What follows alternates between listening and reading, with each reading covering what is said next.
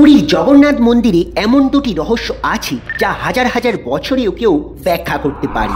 মন্দিরে ঢোকার সময় 22টি সিঁড়ি পেরোতে হয়, কিন্তু এই সিঁড়িগুলোর মধ্যে তৃতীয় সিঁড়ি সবচেয়ে ভয়ঙ্কর, কারণ এখানেই আছে একটি বিশেষ কালো পাথর যার নাম যমশিলা।